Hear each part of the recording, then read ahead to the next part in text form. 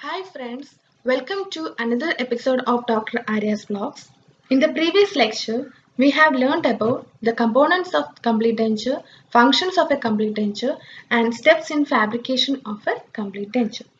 Today, I am dealing with the first step in the fabrication of a complete denture, that is diagnosis and treatment planning in completely edentulous patients. So move on to the diagnosis and treatment planning in completely edentulous patients. The successful complete denture therapy begins with a thorough assessment of patient's physical and psychological condition and determining a treatment that will deliver a functional complete denture that will satisfy the expectations of a patient. According to GPT-9, diagnosis is defined as the determination of the nature of the disease. And treatment plan is the sequence of procedures planned for the treatment of a patient after diagnosis. So what is the importance of first visit? Divan stated, meet the mind of the patient before meeting the mouth of the patient. So the first visit is most important time the dentist will spend with a complete denture patient. It is used to develop mutual understanding and trust. And treatment plan should be based on realism rather than hope, otherwise it may result in disappointment and frustration. Much information can be gained by the dentist before he ever looks into the patient's mouth. And the time spent during the first appointment can lay the groundwork of cooperation so necessary for a successful result. Move on to the principles of perception. The primary mode of data gathering in the examination is the visual perception. Simplest of it is seeing with eyes and interpreting with the brain. And the various tasks identified in this process are detection, discrimination, recognition, identification, and judgment. What is detection? If noticing something is the detection. What is discrimination? It requires distinguishing that which has been noticed for something else. What is recognition? Deciding whether this or at least something similar has been perceived on some previous occasion. What is identification? Moves process into specificity, which has been observed and can now be communicated. What is judgment? It allows something that has been observed to be placed within a spectrum of knowledge. So in diagnosis, there is a professional responsibility to omit nothing of consequence. A consistent methodical approach to examining patients is required. So these are the importance of patient education, that is an initial and continuing activity integral to and supportive of a treatment plan. The purposes are it informs the patient of their dental health and its significance.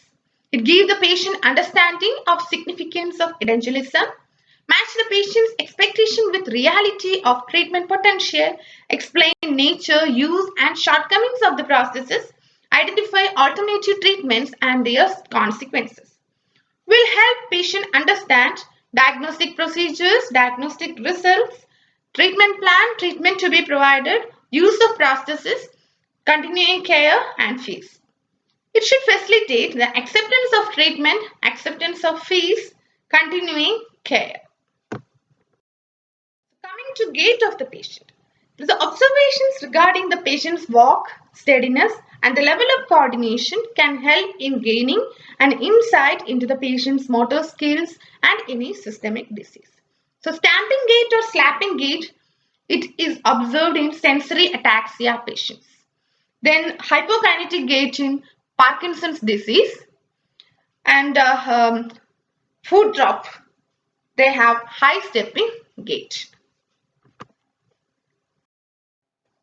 And next one is the Cosmetic Index. At class 1, it is high Cosmetic Index. Class 2, it is moderate. And class 3, it is low. In high Cosmetic Index, it is usually appreciative and cooperative. In moderate Cosmetic Index, patient with nominal expectations. And in low Cosmetic Index, they are indifferent, uncooperative and place little value on the effort of prosthodontist.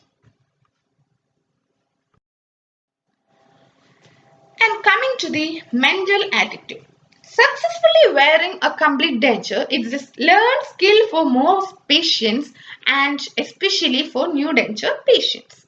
Therefore, the mental attitude of the patient may play a very important role in the edentulous patient's ability to adapt and can be very valuable information for a dentist to help evaluate the ultimate prognosis of a denture patient. Dr. House has classified complete denture patients into four mental attitude categories.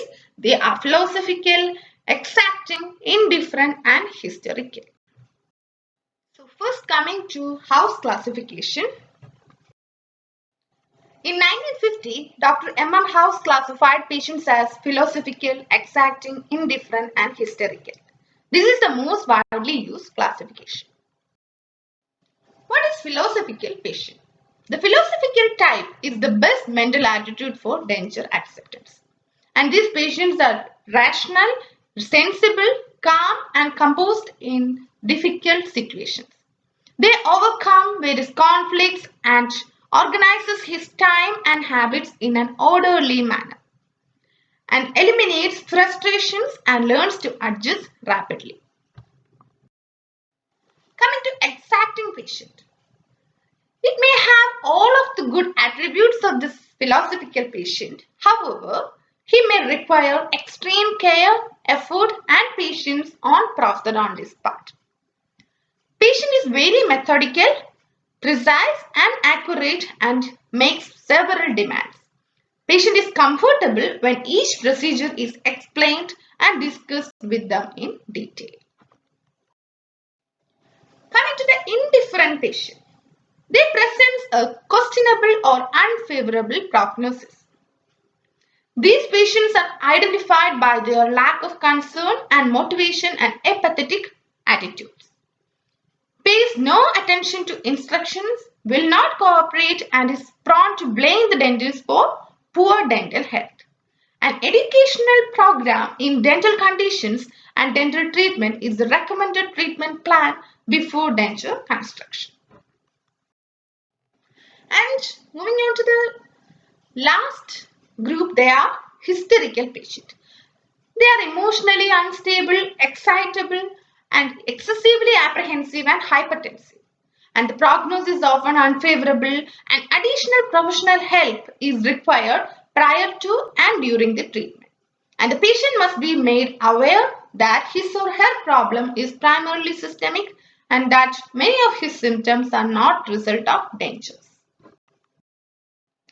So that's all about the House classification of mental attitude, and there are various other classifications for the mental attitude of the patients. They are listed here.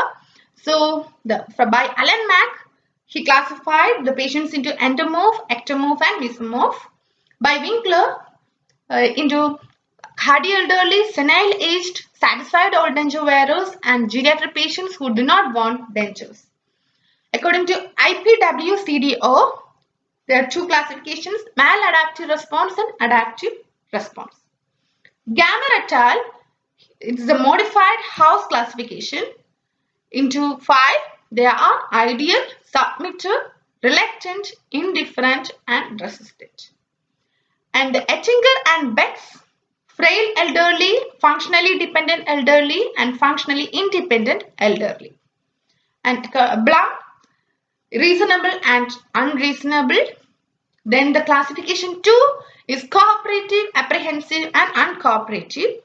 That is, the apprehensive is also classified into self-conscious, anxious, chronic complainers, frightened, and obsessive or exciting. And finally, Frankel into 4. They are definitely positive, positive, negative, and definitely negative behavior. Moving on to the facial expression. This provides the information about the mental attitude and the presence of any disorders.